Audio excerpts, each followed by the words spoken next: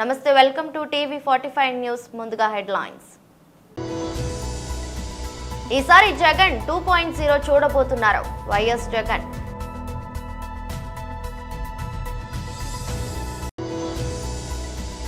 ఇది వైసీపీ కుట్ర. Doctor Dasari Shyam చంద్రశేషు media సమావేశం.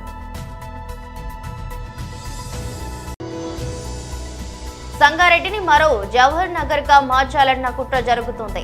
మెదక్ ఎంపీ శ్రీ మాధవనేని రఘునందన్ రావు.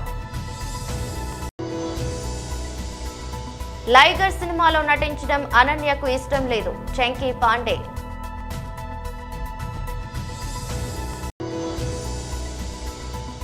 మంగ్లీని గుడిలోకి తీసుకెళ్లిన కేంద్ర మంత్రి. టీడీపీ క్యాడర్లో తీవ్ర అసంతృప్తి. ఈసారి జగన్ 2.0ని చూడబోతున్నారు. 2.0 వేరేగా ఉంటుంది. కార్యకర్తల కోసం జగన్ ఏం చేస్తాడో చూపిస్తా. గతంలో కార్యకర్తలకు ఎక్కువ ప్రాధాన్యత ఇవ్వలేకపోయా. కార్యకర్తలను ఇబ్బంది పెట్టిన వారిని వదిలిపెట్టే ప్రసక్తే లేదు. అక్రమ కేసులు పెట్టిన వారిపై ప్రైవేట్ కేసులు వేస్తా, చట్టం ముందు నిలబెడతాం అని మాజీ సీఎం వైఎస్ జగన్ అన్నారు. నన్ను 16 నెలలు జైలులో పెట్టారు, ఏమైంది, బయటకు రాలేదా, సీఎం అవ్వలేదా అని మాజీ సీఎం వైఎస్ జగన్ అన్నారు. ఎవరికి ఏ కష్టం వచ్చినా కూడా నా కథ గుర్తు తెచ్చుకోండి. 16 నెలలు నన్ను జైల్లో పెట్టినారు. నా మీద కేసులు వేసింది కూడా మళ్ళీ ఎవరో కాదు, అటు కాంగ్రెస్ ఇటు తెలుగుదేశమే. నా పిటిషన్లో ఎవరు పిటిషనర్స్ అంటే అటు కాంగ్రెస్ ఎమ్మెల్యేలు ఇటు తెలుగుదేశం పార్టీకి సంబంధించిన నాయకులు. కేవలం రాజకీయంగా ఎదుగుతున్నాను అని ఒకే ఒక కారణంతో దొంగ కేసులు బనాయించారు. 16 నెలలు జైల్లో పెట్టినారు. కానీ ఏమైంది? బయటికి రాలా? ముఖ్యమంత్రి కాలా?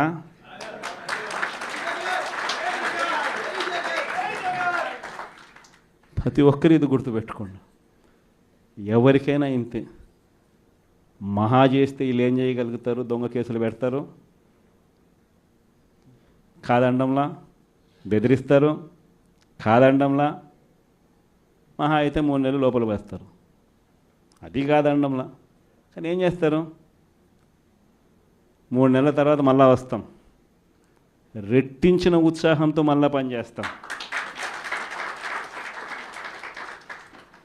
ఎవరెవరైతే మిమ్మల్ని జైల్లో పెట్టే కార్యక్రమం ఎవరెవరైతే చేస్తారో, మంచి చేసిన వాళ్ళని గుర్తుపెట్టుకోండి, చెడు చేసిన వారిని గుర్తుపెట్టుకోండి. ఇద్దరిని గుర్తుపెట్టుకోమని చెప్తాను. ఊరికే చూస్తూ ఊరుకోం. వైఎస్ఆర్ కాంగ్రెస్ పార్టీ బ్రతుకుతుంది. వైఎస్ఆర్ కాంగ్రెస్ పార్టీ ఈ రాష్ట్రాన్ని ఏలుతుంది అని కూడా ఈ సందర్భంగా చెప్తాను.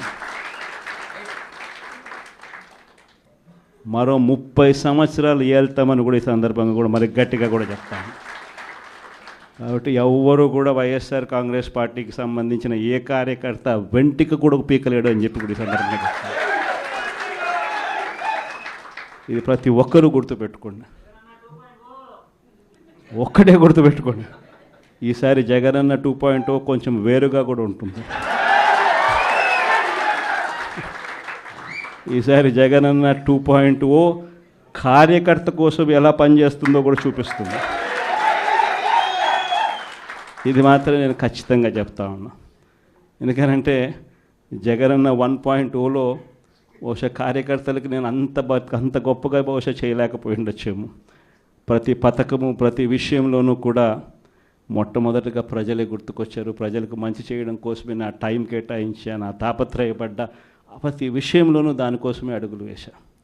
కానీ జగనన్న 2.0కి వచ్చేసరికి మాత్రం చంద్రబాబు నాయుడు కార్యకర్తలకు పెడతా ఉన్న ఇబ్బందులు చూసా, కార్యకర్తలు పడతా ఉన్న అవస్థలు చూసా, కార్యకర్తలు పడతా ఉన్న బాధను గమనించా. వీళ్ళ కోసం గట్టిగా మీ జగనన్న ఉంటాడని సందర్భంగా గట్టిగా చెప్తాను. ఇది వైసీపీ కుట్ర అని డాక్టర్ దాసరి శ్యామ్ చంద్రశేషు మీడియా సమావేశం నిర్వహించారు. పూర్వకాలం నుంచి కూడా కుల వృత్తులు చేపడుతున్నటువంటి వారిని కూడా మరింత ముందుకు తీసుకెళ్లాలా.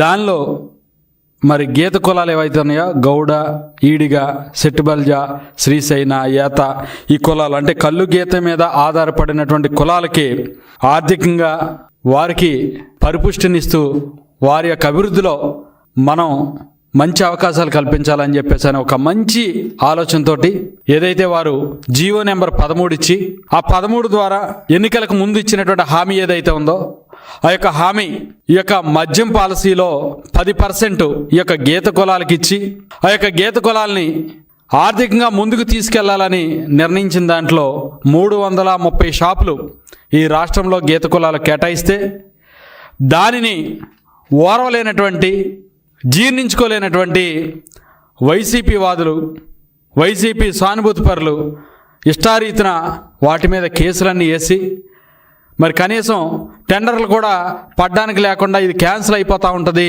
మీరు టెండర్లు వేస్తే డబ్బులన్నీ పోతాయని వారిని భయపెట్టే విధంగా ఏదైతే నిర్ణయం చేస్తూ ఉన్నారో, కేసులు వేస్తూ ఉన్నారో ఒకసారి అదంతా కూడా పరిశీలన చేసినట్లయితే గతంలో చంద్రబాబు నాయుడు గారు ప్రతిపక్ష నేతగా ఉండగా ఏలూరు జిల్లా జంగారెడ్డిగూడెంలో మరి బీసీ మీటింగ్ పెట్టినప్పుడు ఆ మీటింగ్లో గీత కార్మికులందరూ కూడా వారికి ఒక రిప్రజెంటేషన్ ఇచ్చి, అయ్యా మేము దశాబ్దాల కాలంగా శతాబ్దాల కాలంగా ఈ యొక్క కుల వృత్తుల మీద ఆధారపడి ఉన్నాం, నేడు తాడి చెట్లు ఎక్కే దాంట్లో అనేకమైనటువంటి ఇబ్బందులు ఉన్నాయి, మా పిల్లలంతా కూడా కాస్త చదువుల మీద కూడా వెళ్తూ ఉన్నారు, తాడి చెట్లు కూడా సరైన రీతిలో ఉండట్లేదు, మాకు మరి ఈ యొక్క వ్యాపారంలో కూడా అవకాశం కల్పించండి అని చెప్పేసానంటే దానికి ముందు జగన్మోహన్ రెడ్డి గారికి ఇదే కుల సంఘాల నుంచి అనేక మార్లు కలిసి అనేక విజ్ఞాపనలు చేసినా కూడా ముఖ్యమంత్రిగా జగన్మోహన్ రెడ్డి గారు పట్టించుకోకపోతే ప్రతిపక్ష నేతగా ఉన్నటువంటి చంద్రబాబు నాయుడు గారు ఈ యొక్క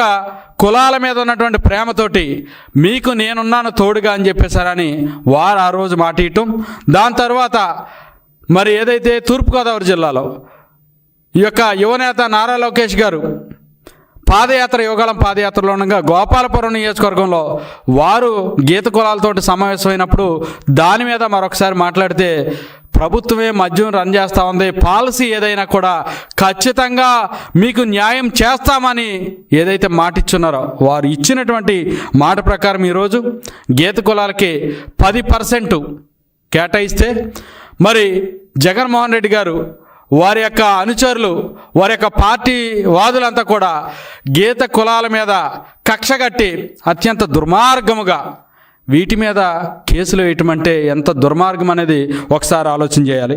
దాంట్లో 20 పిటిషన్లు పడితే సంగారెడ్డిని మరో జవహర్ నగర్ గా మార్చాలన్న కుట్ర జరుగుతుందని రెవెన్యూ అధికారులు, జీహెచ్ఎంసీ సిబ్బంది, పోలీస్ బలగాలతో కలిసి నల్లవెల్లి భూములను కలుషితం చేస్తున్నారు. జవహర్ నగర్ తరహాలోనే జిన్నారం, పారానగర్లను డంపింగ్ యార్డులుగా మార్చేందుకు కాంగ్రెస్ సర్కారు చేస్తున్న ప్రయత్నాలను తీవ్రంగా ఖండిస్తున్నాం. హైదరాబాద్ లో ఉన్న కాలుష్యాన్ని తీసుకొని వచ్చి ప్రశాంతంగా ఉన్నటువంటి మా సంగారెడ్డి జిల్లా జిన్నారం, హతునూర, పటాన్చెరు ఈ 3 మధ్యలో గవర్నమెంట్ స్పేస్ ఉందని 152 ఎకరాలని పాత ప్రభుత్వం టిఆర్ఎస్ ప్రభుత్వం అప్పనంగా అప్పజెప్పిందని ఈ 152 ఎకరాలలో ప్రజాభిష్టానికి వ్యతిరేకంగా నల్లవల్లి అనేటువంటి ఫారెస్ట్ మధ్యలో హైదరాబాద్కి వెళ్ళి రోజు 1000 లారీల చెత్తను తీసుకొచ్చి దాన్ని శుద్ధి చేస్తామనేటువంటి ఒక కార్యక్రమాన్ని పెట్టి నిన్న రాత్రి 12 గంటల నుంచి చుట్టుపక్కల ఉన్న గ్రామాల సర్పంచులు, ఎంపీటీసీలు, భారతీయ జనతా పార్టీ నాయకులు ఎవరైతే ప్రభుత్వ నిర్ణయాన్ని వ్యతిరేకిస్తారనే అనుమానం ఉందో వాళ్ళందరినీ రాత్రి 12 గంటల నుంచి అరెస్ట్ చేసి ఇప్పటికీ ఈ నిమిషం నేను ప్రెస్ మీట్ మాట్లాడడం స్టార్ట్ చేసిన ఈ నిమిషానికి కూడా సంగారెడ్డి జిల్లాలో ఒక పోలీస్ ట్రైనింగ్ సెంటర్ అని ఉంటది చిద్రుప్ప అనే విలేజ్ లో. ఆ చిద్రుప్ప విలేజ్ అవుట్స్కట్స్ లో ఇప్పుడు ఈ నిమిషానికి 200 మంది గౌరవ ప్రజాప్రతినిధుల్ని, ఊర్లలోకి వెళ్ళి లీడర్లని రాత్రి 12 నుంచి తెచ్చిపెట్టి లారీలను పెట్టి జేసీబీలను పెట్టి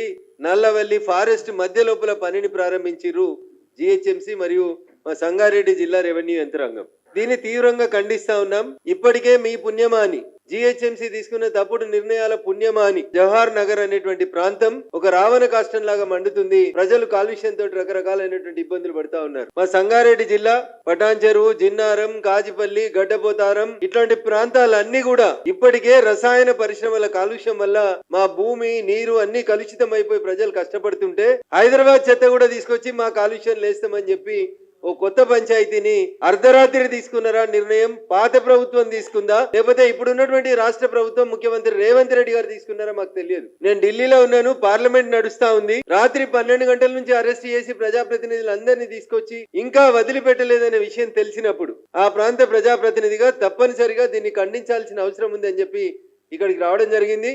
వస్తూ కొంతమంది రెవెన్యూ అధికారులతో మాట్లాడితే, సార్ 2015 సంవత్సరంలోనే అప్పుడున్న ప్రభుత్వం 152 ఎకరాల భూమి ఇచ్చింది సార్, మమ్మల్ని ఏం చేయమంటారని చెప్పి వాళ్ళు చెప్పడం జరుగుతా ఉంది. రాష్ట్ర ప్రభుత్వానికి ముఖ్యమంత్రి రేవంత్ రెడ్డి గారికి చాలా స్పష్టంగా చెప్పదలుచుకుంది ఒకటే, మీరు రాత్రిళ్ళు పోలీసు వాళ్ళని పెట్టి రోడ్లు వేసినా, మమ్మల్ని అరెస్ట్ చేసి అక్కడ ఇంకేదో కట్టాలనే ప్రయత్నం చేసినా ఖచ్చితంగా ప్రజల నుంచి భౌతికంగా నిరసన అనేది ఖచ్చితంగా ఎదురవుతుంది.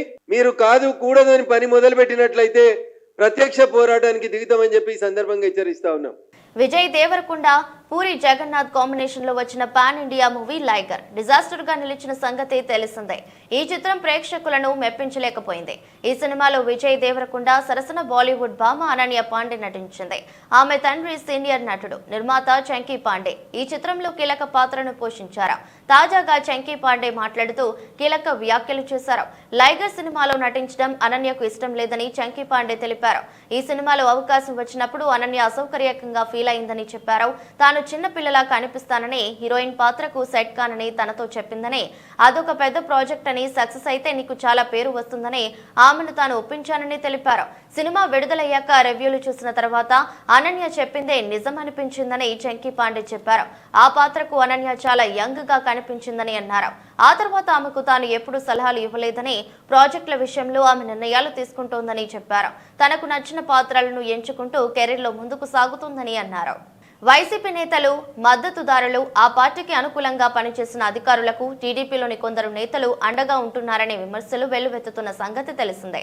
టీడీపీ నేతలతో మాజీ మంత్రి, వైసీపీ నేత జోగి రమేష్ ఆ మధ్య ఒకే వేదికను పంచుకోవటం, ఒకే వాహనంపై ఊరేగింపులో పాల్గొనడం కలకలం రేపిన విషయం విదితమే.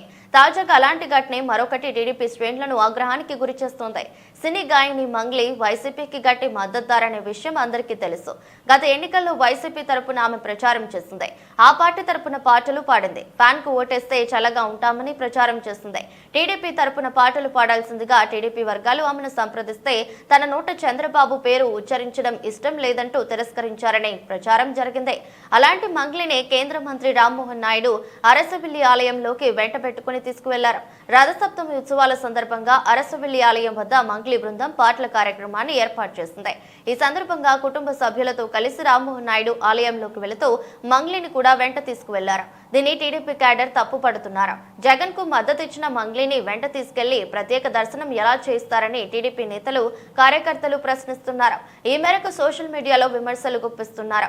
వైసీపీ హయాంలో టీడీపీ నేతలను, కార్యకర్తలను వేధింపులకు గురి చేసిన అప్పటి శ్రీకాకుళం జిల్లా కలెక్టర్ శ్రీ కెఎస్ బాలాజీరావును రామ్మోహన్ నాయుడు వ్యక్తిగత కార్యదర్శిగా నియమించుకోవడాన్ని కూడా టీడీపీ కార్యకర్తలు గుర్తు చేస్తున్నారు.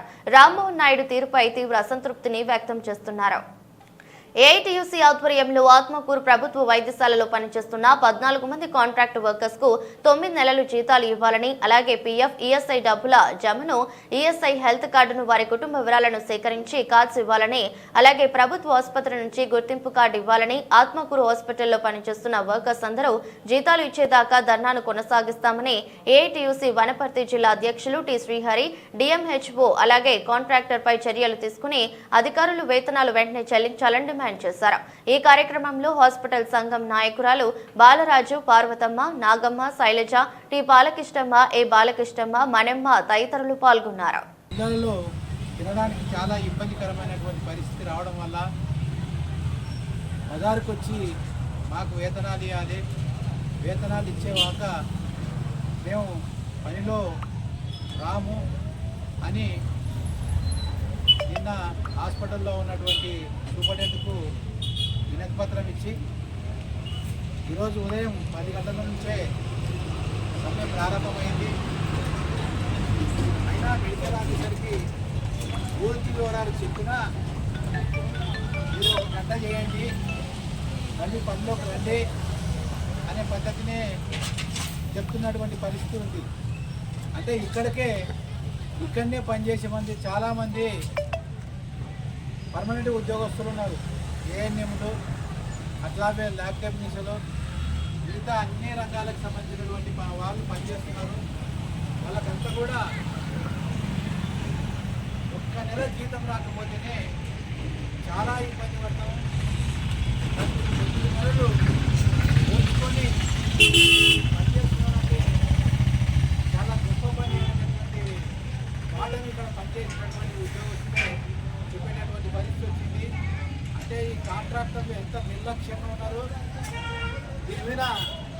పర్సూ చేసినటువంటి అధికారులు కూడా ఎంత నిర్లక్ష్యం ఉండరు అనేది పూర్తిగా ఈ వేతనాలు ఇచ్చే దాంట్లో పట్టబయలవుతుంది.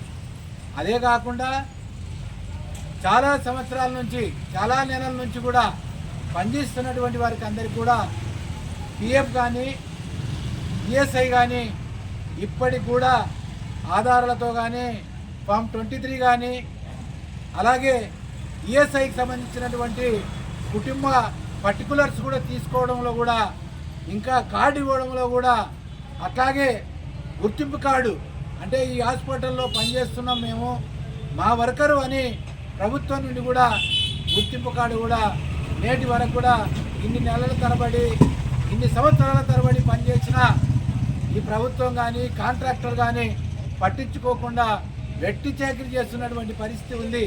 అంటే ఇంత దుర్మార్గమైనటువంటి పని చేస్తున్నా, ఎవరు చేయనటువంటి పని చేస్తున్నా ఈరోజు కనీస వేతనం రోజుకు 600 ఇవ్వాలి చట్ట ప్రకారం. కాంట్రాక్టర్కు టెండర్లో కూడా ఒక వర్కర్కు 18,000 ఇవ్వాలని కాంట్రాక్టర్కు టెండర్ వేసిండ్రు. అయినా ఇక్కడ ఇస్తున్నటువంటి కాంట్రాక్టర్ ఎంత 11,000 మాత్రమే ఈరోజు అకౌంట్లో వేసి చేతులు దులుపుకున్నటువంటి పరిస్థితి ఉంది. కానీ మేము దేశవ్యాప్తంగా రేపు తెలంగాణ రాష్ట్రం మల్కాజ్గిరి పార్లమెంట్ ఏరియా ఎంఎం జిల్లా మేడ్చల్ అసెంబ్లీ నియోజకవర్గం మేడిపల్లి పీఎంసీ 1వ డివిజన్ ఏవీ ఇన్ఫో ఫ్రైడ్లో మాజీ మేయర్ జక్కా వెంకటరెడ్డి అరాచకాలకు అదుపు లేదు. ఓనర్లను భయభ్రాంతులకు గురి చేస్తున్న పీఎంసీ మాజీ మేయర్ జక్కా వెంకటరెడ్డి ఇక్కడ నివసించేవారు. పాకిస్తాన్లో బతికినట్లుంది. ఎదురు మాట్లాడిన వారిపై కేసు పెట్టి వేధింపులు, సెక్యూరిటీ సిబ్బంది నియామకంలో ఆయనదే పెత్తనమా? మీడియా సమావేశంలో ఏవీ ఇన్ఫో ఫ్రైడ్ ఓనర్స్ అసోసియేషన్ వెల్లడి. మేడిపల్లిలోని వరంగల్ హైవే పక్కన ఆనుకుని ఉన్న ఏవీ ఇన్ఫో ఫ్రైడ్ లో నివసిస్తున్న వారిపై పీఎంసీ బీఆర్ఎస్ మాజీ మేయర్ జక్కా వెంకటరెడ్డి అరాచకాలకు, దౌర్జన్యాలకు పాల్పడుతున్నారని ఏవీ info fried owners association committee వారు ఆవేదన వ్యక్తం చేస్తున్నారు. ఆయన ఇందులో ఈ అపార్ట్మెంట్ పేరు చెప్పుకుని మేయర్ అయ్యాడు. ఆయన మేయర్ అయినప్పటి నుంచి ఈ అపార్ట్మెంట్లో మేము అందరం ఇదివరకు కూడా ప్రెస్ మీట్ పెట్టినాము. అప్పుడు ఆయన మేయర్ ఉన్నప్పుడే ఇది మేము పాకిస్తాన్లో బతుకున్నట్టు అనిపిస్తుంది అని చెప్పి మేయర్ ఆయన అరాచకాలతో అప్పుడు ప్రెస్ వాళ్ళనైతే ఒక్కరిని కూడా లోపలికి రానియలే. మేము ప్రెస్ మీట్ పెట్టాలంటే ఇప్పుడు బిగ్ టీవీలో ఉన్న సుజాత మేడం కమాండ్ దగ్గర మా ప్రెస్ మీట్ తీసుకోవాల్సిన పరిస్థితి ఉంది ఆ రోజు. ఈరోజు ప్రభుత్వం మారింది, ఇప్పుడు అంత మారినాక ఇప్పుడు కూడా ఇంకా అదే దౌర్జన్యాలు ఇప్పటికీ వాళ్ళ మనసులో పెట్టుకొని ఇక్కడ ఉన్న రెసిడెంట్లను భయభ్రాంతులకు అసలు వాళ్ళ మనసులను తప్ప ఇంకోటి మాట్లాడొద్దు, ఇక్కడ ఎవరేముండదు. ఈయన వ్యతిరేకంగా మాట్లాడినందుకు నా మీద ఆ రోజు ఆయన అధికారం చూసుకొని నా మీద 3 సార్లు కేసులు పెట్టి నన్ను ఒక అడ్వకేట్ అని చెప్పినా కానీ నన్ను లాకప్లో పెట్టి వీడియో కాల్ చేయించుకున్నాడు అప్పుడున్న సీఏ అంజిరెడ్డితో చేసి. ఇటువంటి అరాచకాలు చేసుకుంటూ పోతుంది. యాక్చువల్లీ ఇవాళ ఇదంతా ఇష్యూ ఏంటంటే మేము ఒక సిస్టమ్ ఆయన లిఫ్ట్లో ప్రాబ్లం ఉండి బాగా చేసిండు. నేను లిఫ్ట్లకు డబ్బులు పెట్టి మేము ఆయన లిఫ్ట్ పెట్టియకుంటే మేము లిఫ్ట్ పెట్టించాము. ఈ అసోసియేషన్ వచ్చినాక డబ్బులు చేసి చాలా సిస్టమేటిక్గా చేసుకుంటూ పోతున్నాం. ఎవ్వరు మన భేదం లేకుండా ఎవరైనా మెడికల్ మెయింటెనెన్స్ డ్యూ ఉంటే కరెంట్ కట్ చేస్తాం. వీళ్ళతో అంతమంది ఉన్నారంటే కారణం ఒక కారణం మేము కరెంటు కట్ చేయడం వల్ల, అంతే తప్ప వాళ్ళకి మాకు చదువు ఉన్నదల్లా ఓన్లీ ఇక్కడ జక్కా వెంకరెడ్డి గ్రూపు వీళ్ళందరినీ మాకు కరెంట్ కట్ చేసిన అందరిని వెంబడేసుకొని కావాలని చేస్తుంది తప్ప మిగతా వాళ్ళంతా మళ్ళీ అది కూడా ఇంతవరకు మా ఏవీ చరిత్రలో ఆ రోడ్డు మీద మీటింగ్ పెట్టింది లేదు. మమ్మల్ని అయితే అసలు అప్పుడు ఇంతమంది మీటింగ్ కాదు, ఇప్పుడు మీరు మంచిగా మీటింగ్ పెట్టుకుని అసోసియేషన్ అప్పుడు ఆయన మీటింగ్ ఉన్నప్పుడు అసలు రిపోర్టర్ని కూడా ఇలా కలవ చేయలేదు. మలేషియా కూడా అందరు ఇక్కడ ఉన్న రిపోర్టర్లు అందరికీ తరిమి లేడీస్ తోటి తరిమి కొట్టించిన అందరినీ. ఈవెన్ జంగన్న గారు సుధీరన్న గారు వస్తే కూడా పెద్ద ఇలా కూర్చొని సీట్లు కుర్చీలో ఈ ఆఫీస్లో కూర్చొని ఎలక్షన్స్ అప్పుడు ఈ ఇందులోనే ఒక రూమ్ తీసుకొని ఎలక్షన్స్ అప్పుడు 28 ఎలక్షన్ డబ్బులు కోట్ల రూపాయలు ఇంకా దొరికితే అప్పటికప్పుడు పోలీసులు ఎలక్షన్ ఆఫీసర్లు అధికారులు మేనేజ్ చేసి అప్పుడు డబ్బులు షిఫ్ట్ చేయడం జరిగింది. ఇక్కడ ఉన్నంతసేపు అంటే ఆయన చెప్పినట్టు బతికితే బతకాలి, లేకుంటే లేదు, ఉంటే ఉండండి, ఇక్కడ నేను చెప్పినట్టే నడవాలి, నా అసోసియేషన్ నడవాలి అని చెప్పి ఆయన అసోసియేషన్ ఉండగానే ఆయన సభ్యులు ఇక్కడ ఎవరు గెలవకుండా ఈ ఓనర్స్ అంతా బుద్ధి చెప్పారు. ఇంకా మారట్లేదు. ఆయన ముందు ఉండకుండా అందరినీ ఎగేసి ఈ ఉన్న అసోసియేషన్ మీద ఎగేసి ఆడవాళ్ళు చూడడం మగవాళ్ళు చూడడం అంతా ఎగేసి ఇష్టం ఉన్నట్టు ఆయన దౌర్జన్యం కూడా మా దగ్గర కొనసాగిస్తూ ఇవాళ ఈ కార్యక్రమం చెప్పి మొదలుపెట్టించాను. యాక్చువల్గా మేము ఇంకో ఇప్పుడు మెయిన్ ఇష్యూ సెక్యూరిటీ సర్వీసెస్. ఈ సెక్యూరిటీ సర్వీసెస్ అనేది వాళ్ళ ఓనర్ చనిపోయినప్పుడు ఆటోమేటిక్గా మేము టెండర్ పిలిచి తక్కువ కోట్ ఎవరు ఇచ్చినా వాళ్ళకి ఇవ్వాలి. అది రోజు ఎక్కువ కోట్ ఇస్తే అట్లా ఏం తిన్నామని ఇచ్చినామంట. తక్కువ కోట్ ఇచ్చిన వాళ్ళకి మేము టెండర్ ఖరారు చేసి ఇచ్చేస్తే లేదు ఈ సెక్యూరిటీ ఏవి కన్స్ట్రక్షన్ పునాదులు ఉన్నప్పటి నుంచి ఉన్న సెక్యూరిటీ నా మన సైడ్ ఉండాలి, మీరు కొత్త సెక్యూరిటీని పెట్టొద్దని చెప్పి ఇదంతా ఇవైతే వీళ్ళకి సపోర్ట్ ఏమైందంటే మేము వచ్చినాక ఎవరు కరెంట్ కట్ చేయకపోయేది. మేము వచ్చినాక అందరు డ్యూస్ ఉన్న అందరికీ కరెంట్ కట్ చేసి పెట్టేసరికి ఇక కరెంట్ కట్ అయిన బాధితులంతా కొద్దిగా వీళ్ళకి సపోర్ట్ ఇచ్చారు. మేము ఓనర్లు నా కరెంట్ కట్ చేస్తామా కొంచెం ఫీలింగ్ ఉంటుంది. న్యూఢిల్లీలోని విజయ్ చౌక్ లో మీడియాతో మాట్లాడుతున్న బీఆర్ఎస్ వర్కింగ్ ప్రెసిడెంట్ కేటీఆర్. ఇవాళ ప్రపంచంలో మన పిల్లలు ఎక్కడున్నా కూడా పోటీ పడగలుగుతున్నారు అంటే దానికి కారణం వారికి అక్కడ లభించిన శిక్షణ, వారికి అందిన విజ్ఞానం, వారికి ఆనాటి నుంచి ఆ విశ్వవిద్యాలయాల్లో మరి రీసెర్చ్, డెవలప్మెంటు, పరిశోధన కార్యక్రమాలు ఏదైతే జరుగుతాయో వాటి నుంచి వచ్చిన ఫలాలు. అందుకే ఇవాళ కేంద్ర ప్రభుత్వానికి మేము చేసిన విజ్ఞప్తి ఏమంటే, ఒకవైపు భారతదేశంలో కేంద్రీయ విశ్వవిద్యాలయాలు ఉన్నాయి. అట్లా హైదరాబాద్లో సెంట్రల్ యూనివర్సిటీ లాగా, హెచ్సియు లాగా అట్లా భారతదేశంలో చాలా సెంట్రల్ యూనివర్సిటీస్ ఉన్నాయి. అట్లాగే స్టేట్ యూనివర్సిటీస్ ఉన్నాయి. అట్లాగే ఇప్పుడు ప్రైవేట్ రంగంలో కూడా డీమ్డ్ యూనివర్సిటీలు, ప్రైవేట్ యూనివర్సిటీలు ఇట్లా రకరకాలుగా వచ్చినాయి.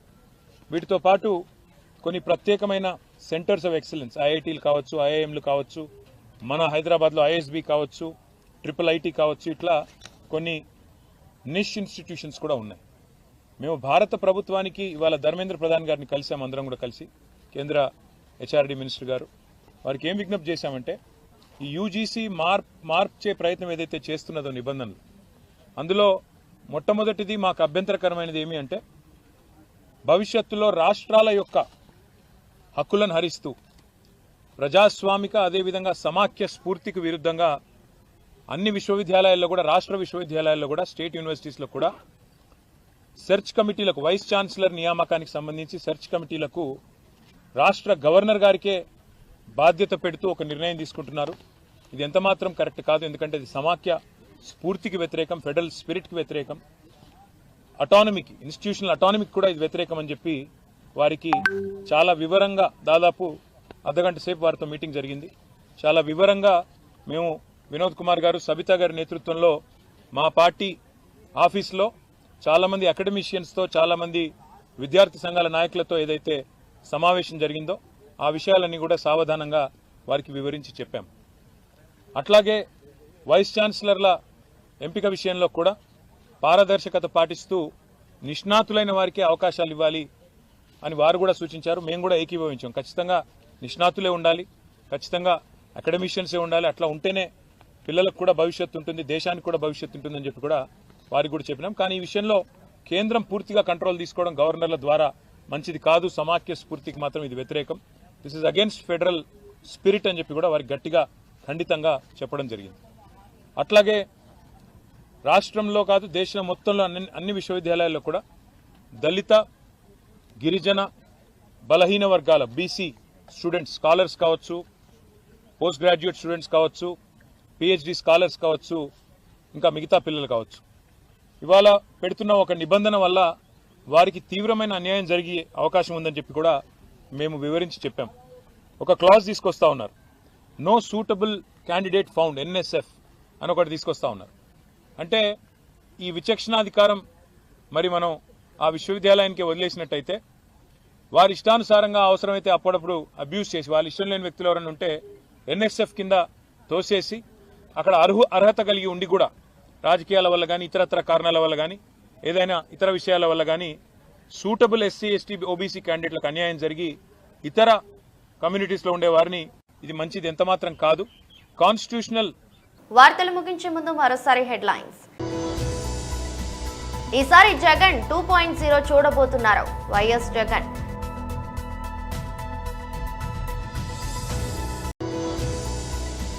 ఇది వైసీపీ కుట్ర, డాక్టర్ దాసరి శ్యామ్ చంద్రశేషు మీడియా సమావేశం.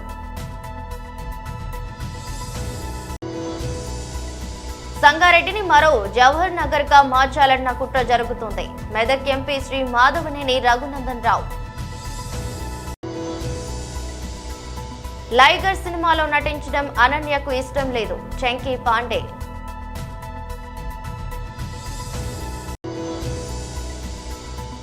మంగ్లీని గుడిలోకి తీసుకెళ్లిన కేంద్ర మంత్రి. టీడీపీ క్యాడర్లో తీవ్ర అసంతృప్తి. ఈ దృష్టి బులెటిన్ మరో బులెటిన్లో మళ్ళీ కలుద్దాం. అంతవరకు సెలవు. నమస్కారం.